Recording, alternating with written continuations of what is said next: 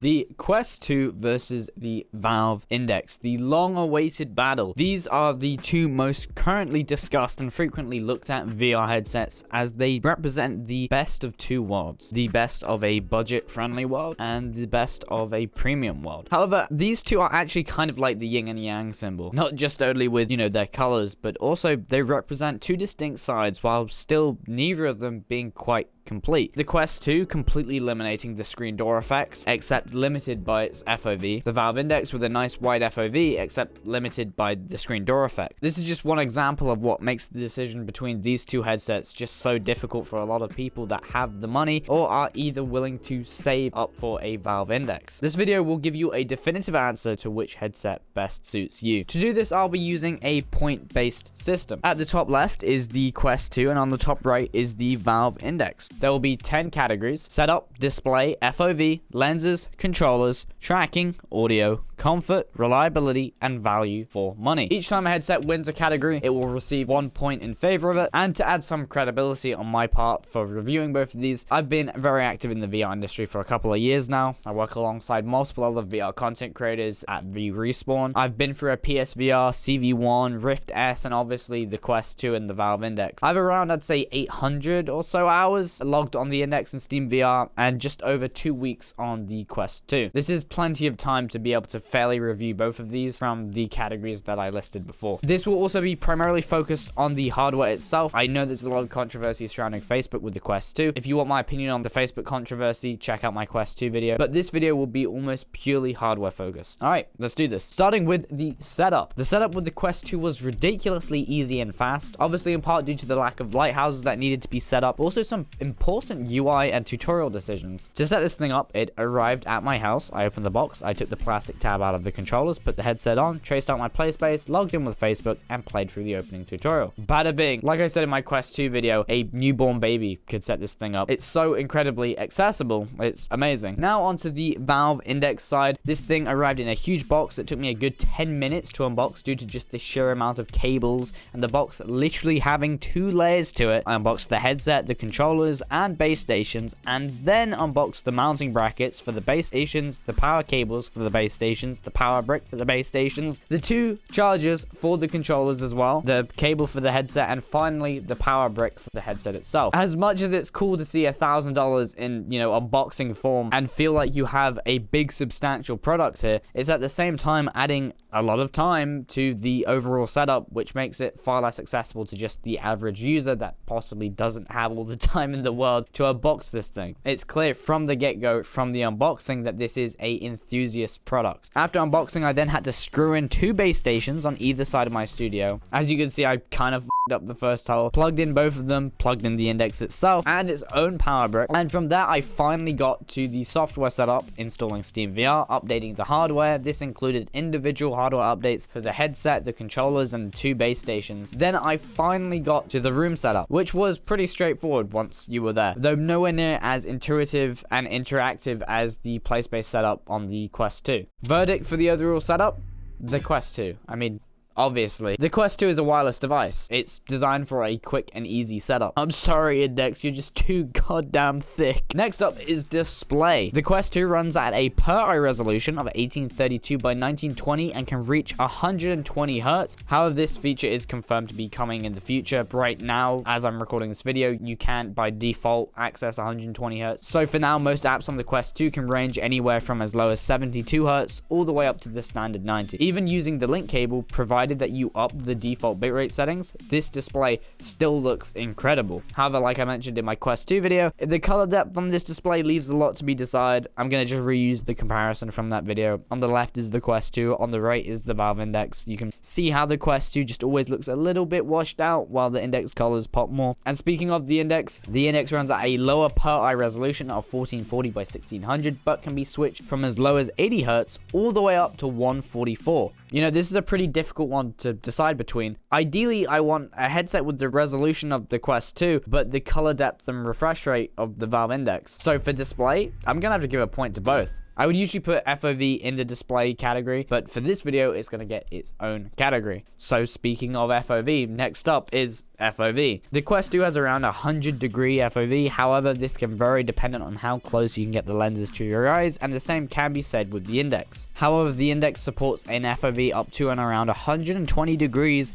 mostly vertical though, but the FOV does get a nice horizontal boost as well. This is a pretty good representation of FOV between the headsets by Reddit user code F53, though the actual Index and Quest 2 isn't listed here. This should, however, still give you a rough idea of how they compare to like the human eye and some other headsets on the market. The verdicts? Obviously, the Index wins this category by a landslide. Having a nice wide FOV just adds so much to the experience. It's such an immersive feature and definitely something that VR headsets in the future need to be making a core focus for their next headsets. The Quest 2 kind of just sticking with the sort of around 100-degree FOV is a little concerning, and I hope with the next Quest that they prioritize getting a nice wide FOV. Now, while still talking about vision within the headset, next up is the lenses. I felt that these needed their own category as it's actually an incredibly important feature. The lenses used on a VR headset can a lot of times make or break a headset's display. There's like no point having a super high-res display if everything is going to be covered in glare and blur due to some crappy lenses. So, starting with the Index, unfortunately the lenses that Valve opted for straight up suck. This could be down to them using, as they call it, a dual element lens for maximum clarity with a bigger FOV, but sadly whatever these lenses are, they are a glary mess. It really upsets me because the display for the most part, although not as good as the Quest 2's, is pretty damn good. The glare though is just unbearable in some instances. Basically anything white on a black background is just glare city. And this is also made worse by the Index's darker blacks and more contrasting colors, something that I previously said was a positive in the display section. And the seal around the lenses also sucks. It's essentially this rubber that is held on with glue, and if you use the Index for exercise or sweat a lot, this glue for a concerning amount of users and a few Beat Saber players that I'm in contact with ends up melting and causing a loose seal. This means there's no longer a seal on the actual display side of the headset, so you get something like this poor Reddit user unfortunately experienced after an intense sweat session. This headset is now basically written off. Even after using a dehumidifier, as a few people suggested, it doesn't seem to ever get the lenses back to their clearer state. This actually seems to be an issue for a few people that I've spoken to that own an Index, and it's why I personally never use my Index for workouts ever, and if I even get slightly sweaty, I take it off and I wipe the whole thing down and let myself cool down, because I don't want to end up with lenses like this. This is obviously going to be a huge deal breaker for anyone who was wanting to use their Index for exercise. You can still exercise to a degree, but risking those lenses being permanently fogged up is a pretty scary thought. Now onto the Quest 2. Oculus has a perfect solution to this condensation problem. The lenses are just sealed on top of the individual sliders. Instead of having this crappy glued rubber ring around them, unless the lenses are somehow torn off, there is no rubber seal to peel away.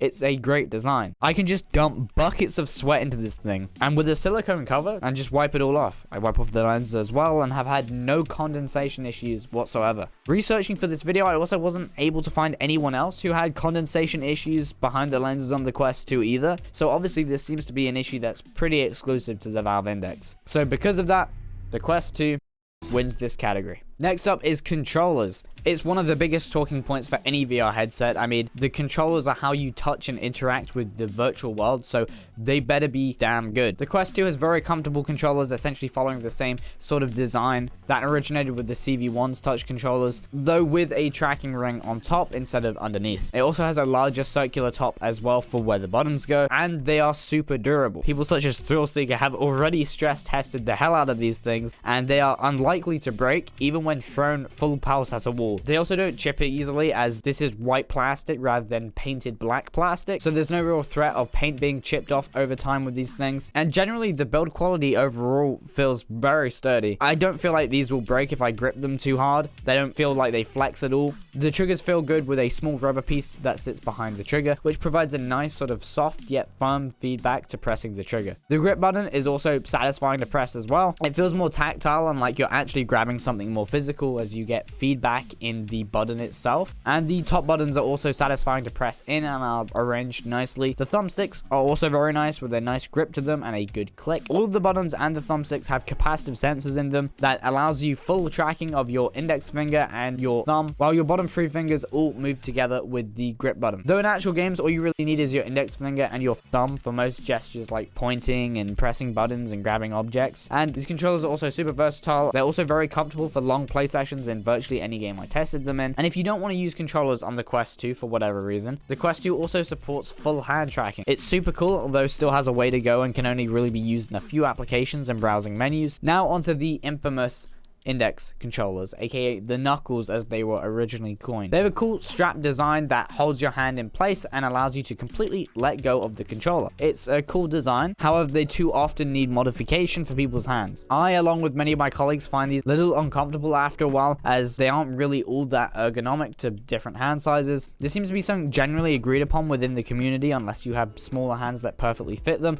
Most people end up getting these little 3D printed parts that seem to grip bigger hands better. The finger tracking and the ability to flip people off in VR is cool for like 10 minutes before you actually start, playing games and you just sort of forget about it. Games like Beat Saber also need some angle adjustment to play comfortably, but this isn't too much of a big deal though. In some Oculus exclusives like Echo VR, the controllers get a little uncomfortable as not having a pressable grip button and instead pressure sensors can cause a lot of accidental grab or just not grabbing at all. So if you're planning on playing Oculus exclusives on the Index with the Index controllers, you might have some problems. Though they do technically work and they work okay. They also get sweaty pretty fast due to the harsher plastic material and your hands basically being taped to them. The buttons are actually kind of loose on the top and feel far less substantial than the Quest 2's controllers. The thumbsticks, comfort-wise, are fine. However, the thumbstick drift is rampant with these things. Every single person that I know that owns an Index has had to replace these things at some point, even with light use. One of my colleagues has actually replaced his Index controllers 5 times. Like, how is that acceptable? Though Steam support for the most part is great and will replace anything, including the headset, provided you are under warranty. Though the warranty only lasts a year and still well over a year since the Index's launch, Valve seems to still have not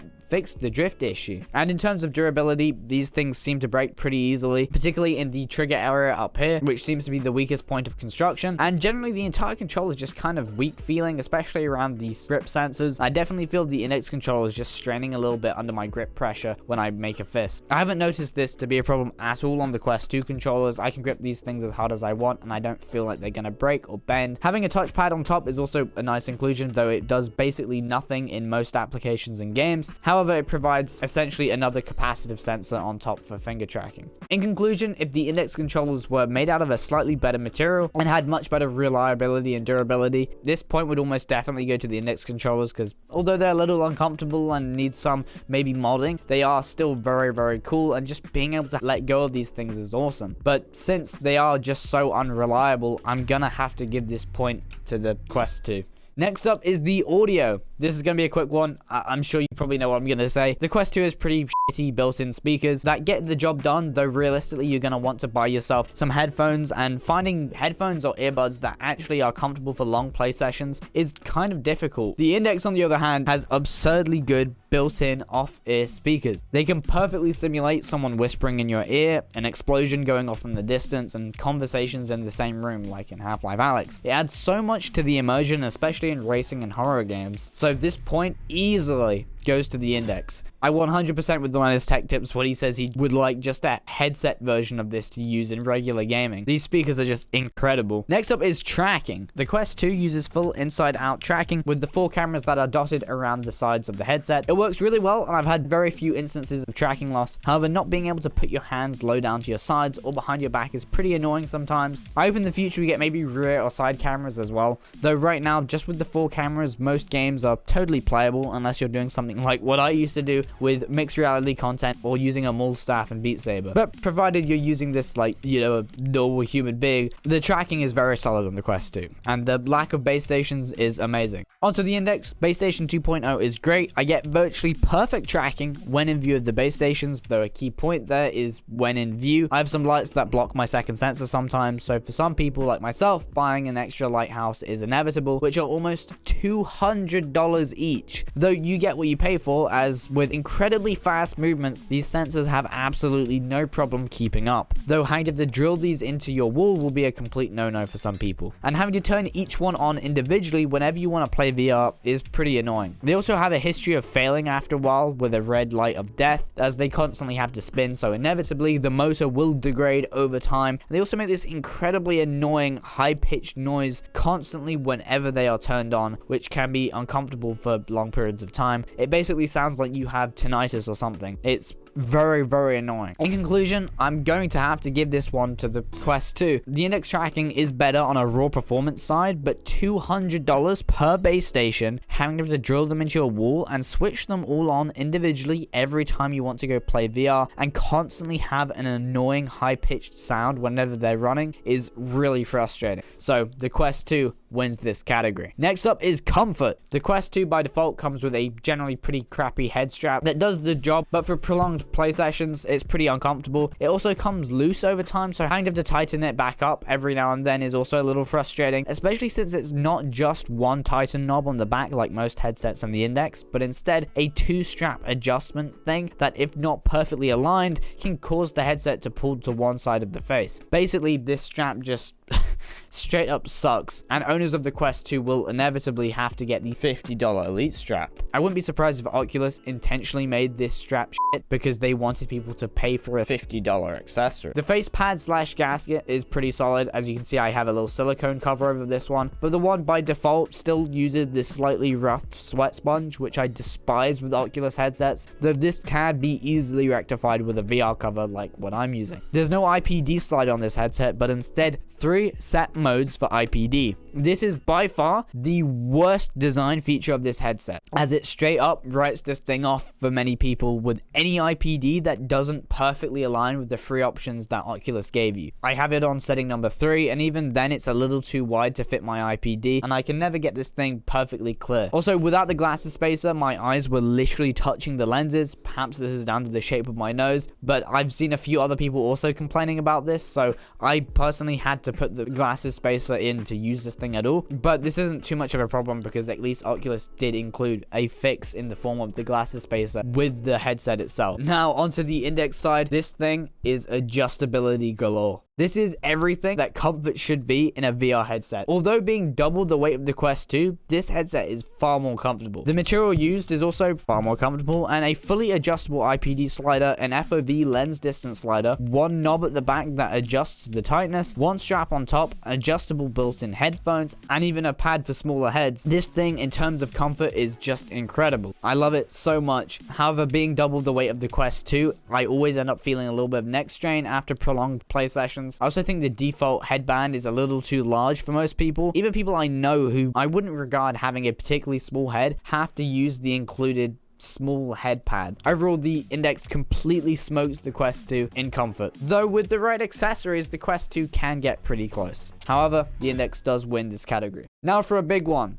Reliability. I have an entire video ranting about the unforgivable state that the Index is in right now. I've already mentioned some of the hardware issues in some of the previous categories, and most of you already know the Index on a reliability side is a total mess at the moment. The biggest issue being thumbstick drift, something virtually every owner of the Index seems to have to deal with at some point. This is a very well documented issue by now, and Valve still hasn't seemed to have fixed it. Some of the issues I personally had with the headset were having to replace the cable twice due to a pretty bizarrely dumb design of the cable slot and cable clip. As you can see, if I tilt the headset up or down, this crushes the cable. There's no warning for this, so a lot of people, and I mean a lot of people, crushed this cable with the mechanism and don't even realize it and end up with a dead cable. The only way to avoid this is to completely untighten the headset and slide it onto your head and then tighten it up again. The second point of failure is the previously mentioned cable clip. This sits at the back of the headset and keeps the cable from hanging on your shoulder. However, it's got a pretty harsh edge that over time puts strain on the cable, resulting in cable failure. Both of these issues could likely just be easily solved just with a more robust cable, possibly a braided cable, as the cable that we currently get with the Index has a pretty weak rubber cover, and standing on this cable for too long or too hard can just straight up kill it. The rubber provides provides seemingly little protection to the inner cable, and if I put pressure on the cable, I can even feel its flex. Outside of the cable though, the Index also has an array of common to uncommon hardware issues. Displays dying is another surprisingly common one. My right display kind of burnt out while playing some Boneworks and had to be replaced, though it is great that Valve completely replaced the entire headset for free, so I am very appreciative of that, though now I am out of warranty, so if this ever happens again, I am One of my colleagues at Respawn has also had their display die on them with generally pretty light use, though display failure is generally a less common hardware issue for the Index, but from the research that I've done, it still happens to a concerning amount of people, and far more than with even the Quest 2. A quick Google search shows you basically nothing, even in Oculus subreddits, about the Quest 2 having display failure, while the Index is littered with posts and reports of dead displays or display issues. Base station failure on the Index, like I mentioned, is also a problem for, again, a concerning amount of users. Speaker failure is another one as well, and headband snapping, also another issue. Onto the Quest 2. Although I've only had my Quest for like 2 weeks now, judging by the rest of my colleagues at Respawn and the Oculus community as a whole, it seems to be light years more reliable than the Index. However, the issues that the Quest 2 does have in terms of reliability seems to be, for the most part, software related. Some problems with the link cable and Oculus software, though a lot of these seem to be too user specific to make any clear conclusion on. Though you could argue that Facebook essentially being able to brick your $300 headset because you didn't give them your real name and your account setup, you could consider that as a reliability issue. But like I said, this video is focused on the hardware side of these headsets, so obviously for hardware reliability, this easily goes to the Quest 2. Finally, is value for money. Is the Quest 2 worth $300, or is it worth saving that $300 and just putting it towards an Index? The Quest 2, with the array of features that it offers right out of the box, is 100% worth $300. In fact, realistically, this thing could be priced at $500 and it would still be a good deal. I mean, only just 5 years ago did the HTC Vive launch, with nowhere near the specs and usability that Quest 2 has, for $800. For a headset of this quality and a display this good, controllers this solid, and generally pretty reliable software, the value for money here is just insane. The price, however, does have a lot to do with Facebook and their data collection, as well as being an attempt to own as much of the VR market as possible, as if Facebook do come out on top, the amount of power that they'll have in the next 5 years with VR adoption increasing at such a fast rate will be insane. Facebook clearly know exactly what they're doing, but this is, in fairness, forcing competition at a rate that we've never seen before, which will continue to drive down prices and accelerate the development of this VR hardware. Now onto the Index side. Is this thing truly worth $1,000? I mean, if you've watched this far, you probably already know what I'm gonna say. This headset is clearly filling a very specific spot in the enthusiast VR market. Though the materials here are generally pretty solid, nothing feels particularly cheap besides the creaky plastic Index controllers. This just doesn't feel to me like an $1,000 product. With all the hardware failures, base station setup, and some poor optimization in some VR games that for obvious reasons prioritize optimizing for Oculus hardware as it's more widely adopted, the Index just feels like it's overlooked by a lot of developers. Obviously, all of the great Oculus exclusives as well. You can play them for Revive, however the performance leaves a lot to be desired. And now a $300 headset running a higher res display that can soon do 120 Hz and be completely wireless at the same time, I can say wholeheartedly that the Valve Index is not worth $1,000. $700 to $800 like the original HTC Vive, I mean, maybe then. Still, even then, it feels steep for the hassle that you're inevitably going to have to go through with RMA. If Valve fixed the more common hardware issues with this thing, maybe I could say that this headset is worth it for an enthusiast audience. Especially if you have a powerful PC that can 150% the super sampling to try and dampen the screen door effect a little. But to an average consumer,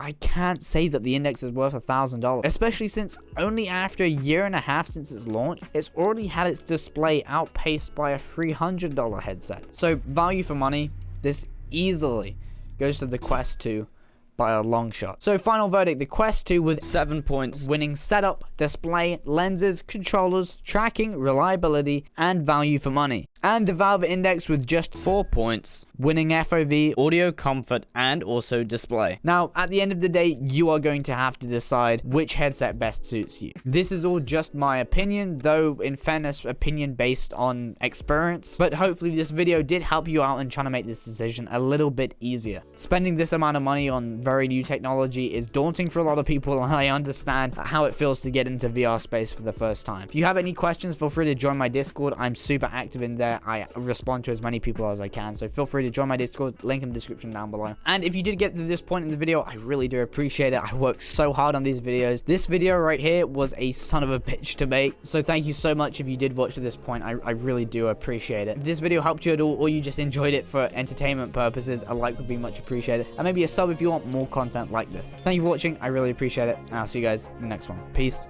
Bye-bye. I need to say something for my outro. Maybe this can be it. Maybe me just talking about nothing right now can just be that clip at the end. Oh, this video is going to take so much editing. Oh my god. My recording is 40 minutes long. This is a 40-minute long recording. Oh, Jesus. Oh god. Okay, I can do it though. Big brain plays. Why am I even talking? I need to leave. I need to like go edit this. Okay, I'm gonna peace out. Have a good day, everyone. Thanks for watching. Bye bye. Peace.